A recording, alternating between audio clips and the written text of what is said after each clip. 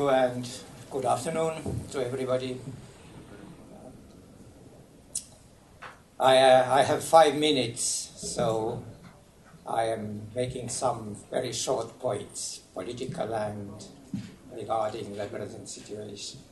Political points are that Estonia has supported Ukraine 20 years from the beginning of the 90s, despite the governments, presidents who have changed, and our dream has always been to integrate Ukraine to the European Union, to be democratic and prosperous society. No? As we all know, there has been steps ahead, steps back, steps aside, but looking from Tallinn, looking from the viewpoint of Estonian politicians and especially Estonian people, this strong support remains, and in the present months, weeks and days, it has become only more stronger. And we have common history, not regarding only the 20th century, but going back already some 300 years, even more. Looking at the old chronicles, there are mentioned that Jews served in old Kiev, Russia, and now we have in Estonia also Ukrainian diaspora. We're considering them around 30,000 people, some of them Russian-speaking. Around 5,000-6,000 have Ukrainian passports, the other have Estonian passports, maybe even Russian passports, are only simply residents of Estonia. But they are also very active nowadays. Last Sunday, a week ago, there was a big supporting concert in the center of Tallinn, and it was cooperating event between Estonian supporters of Ukraine and this diaspora. From the viewpoint of embassy, I'm simply mentioning that yesterday we transported 5 victims from Maidan to the Estonian hospitals via Borispol airport. They are happily now in my country. We supported immediately when the violence emerged with money, some donations, 50,000 euros, 70,000 euros, trying to find organizations who are neutral and money to reach Maidan. We cooperated with Caritas Society, with Soros Fund, and etc. So doing practically what is possible to do in these hot days in Kiev. So turning to the political events,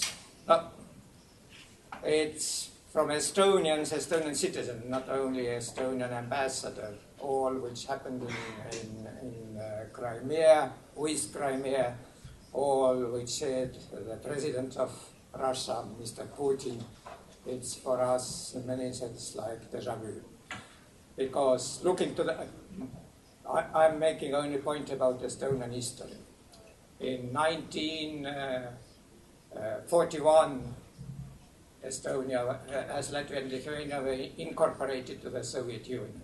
But before that, 1939, the government of Estonia concluded an agreement with Soviet Russia, letting military bases to Estonia, limited number, 30,000 soldiers. They were outside of capital, outside of any major cities, always regulated by agreements like Sevastopol base in Crimea. And 2 years passed, and after Molotov-Ribbentrop Pact in June 1940, these forces moved out of bases, came to Tallinn, their local titushkas organized several meetings. The government of Estonia was changed, and again after 2 months in August 1940, there was delegation sent to Moscow to incorporate Estonia to the Soviet Union. So if you're looking to this scenario, you can only say that over the last 50-60 years, some bad things haven't changed. So emotionally to see and morally to see what happened to Crimea. It's very difficult to Estonian citizens and Estonian people. There was put a point about some possible present-day parallels between Estonia and Ukrainian situation. I have to say that if we are looking to Mr. Putin's speech on 18th of March, there was no any direct references to the Baltic states or Estonia. There was some confusion a day later when Reuters information agency distributed the words of one Russian diplomat. I have even name of that. It was Roman Kashayev in Geneva. In Geneva there is United Nations organizations, including Human Rights Committee.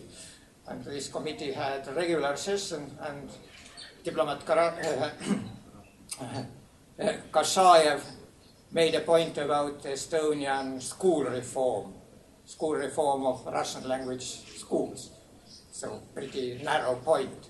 And then switched to Ukrainian problems. But they were separate issues.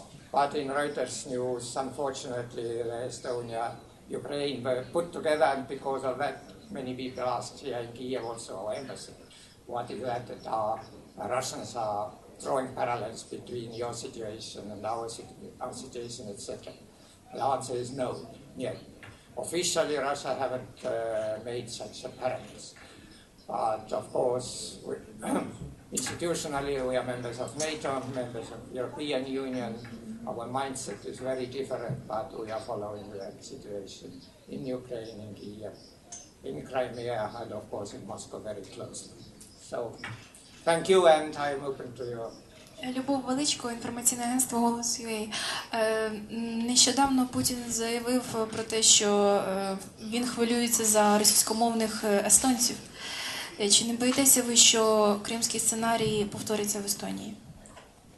The answer is again that no, because we have really not even Russian, but Russian language community in Estonia, and not very small, about 20%, etc. But main difference which I see is that during the last 20 years, this Russian community, especially young generation, have westernized their mindset, their thoughts, their travel priorities, their working priorities, their even exile priorities, all are in the West.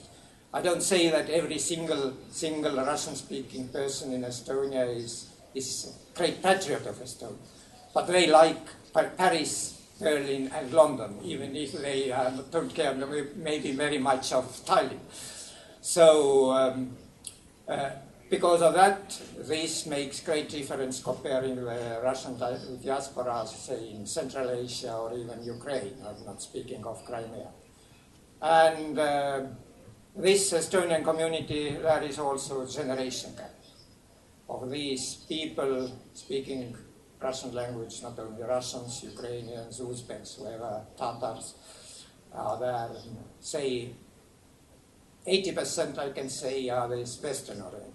But of course there are elder generation who are already pensioners, their youth passed in Soviet Union, there are nostalgia, they are following Russian TV, etc.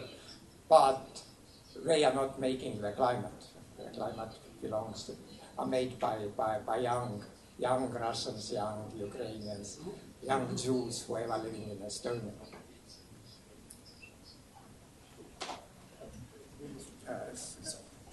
Татьяна Зарчук, телеканал 1+1. Готова ли Эстония принять беженцев с Крыма, и если да, то на каких условиях?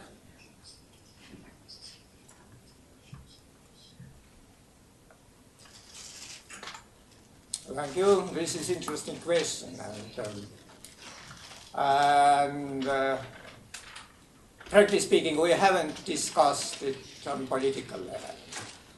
But of course, our embassy in Kiev is issuing some 1,500 1,500 visas in every year, and even more maybe this year.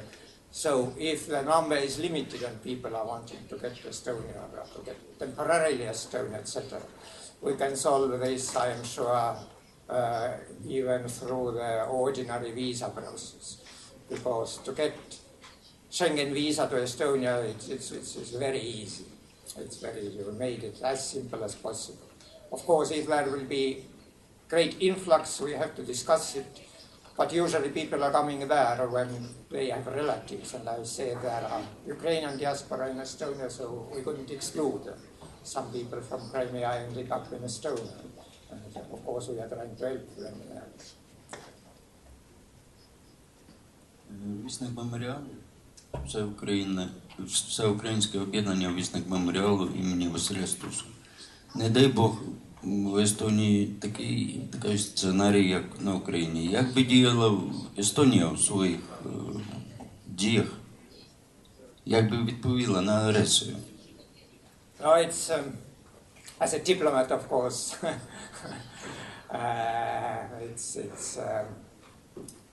I should give a, so to say, soft answer to that, but I am reminding once again that we are a member of NATO. So, of course, we have the Estonian army, or we have defense plans, etc., but all our defense system is incorporated or integrated with NATO systems. So it's